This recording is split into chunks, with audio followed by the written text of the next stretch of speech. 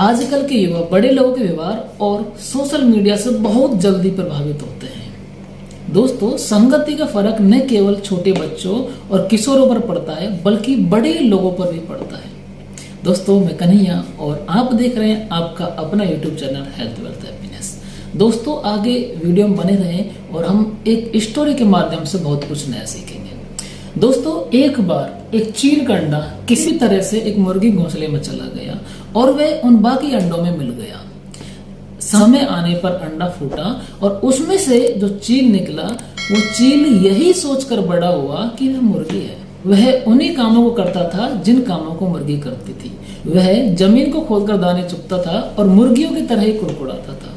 वह कुछ फीट की हाइट से ज्यादा नहीं उड़ पाता था क्योंकि मुर्गी भी ऐसा ही करती थी। लेकिन उसने एक दिन एक चील को आकाश में मस्त उड़ते देखा।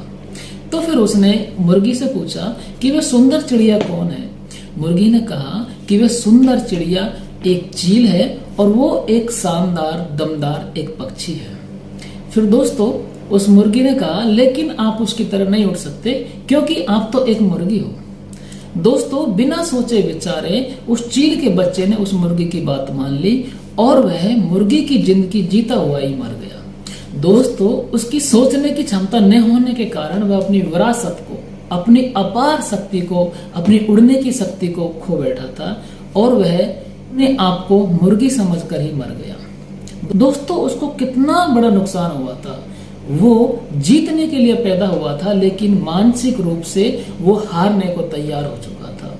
अधिकतर लोगों के लिए यह बात सच है और क्योंकि कुछ लोग अपनी इच्छा को अपने मन में लेते हुए ही मर जाते हैं। अधिकतर लोगों पर यह बात लागू होती है क्योंकि जैसा कि ओलिवर ब्रेंडहाल ने कहा है कि हमारे लिए सबसे बड़ा दुर्भाग्यपूर्ण पहलू यही है कि कुछ लोग मन में कुछ करने की इच्छा के साथ ही मर जाते हैं और वो कुछ कर नहीं पाते हैं। और हम अपनी दूरदर्शिता की यानी कि दूर देखने की क्षमता की कमी की वजह से ही हम बेहतरी हासिल नहीं कर पाते हैं।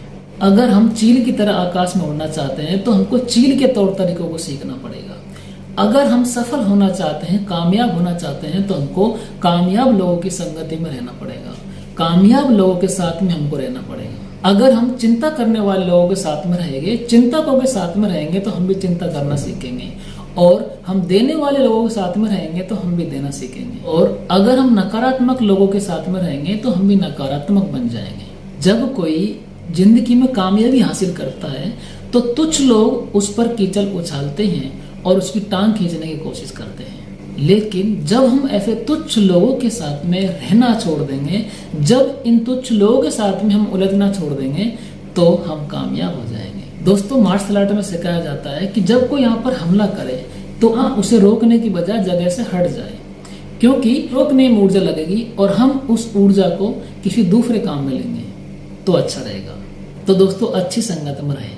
याद रखिए दोस्तों कि किसी व्यक्ति का चरित्र इस बात से नहीं आंका जाता कि वह कितनी सोहबत से रहता है, बल्कि इस बात से आंका जाता है कि वह किन लोगों की संगत में रहता है, किन लोगों के साथ में अपना टाइम स्पेंड करता है। तो दोस्तों, थैंक यू सो मच।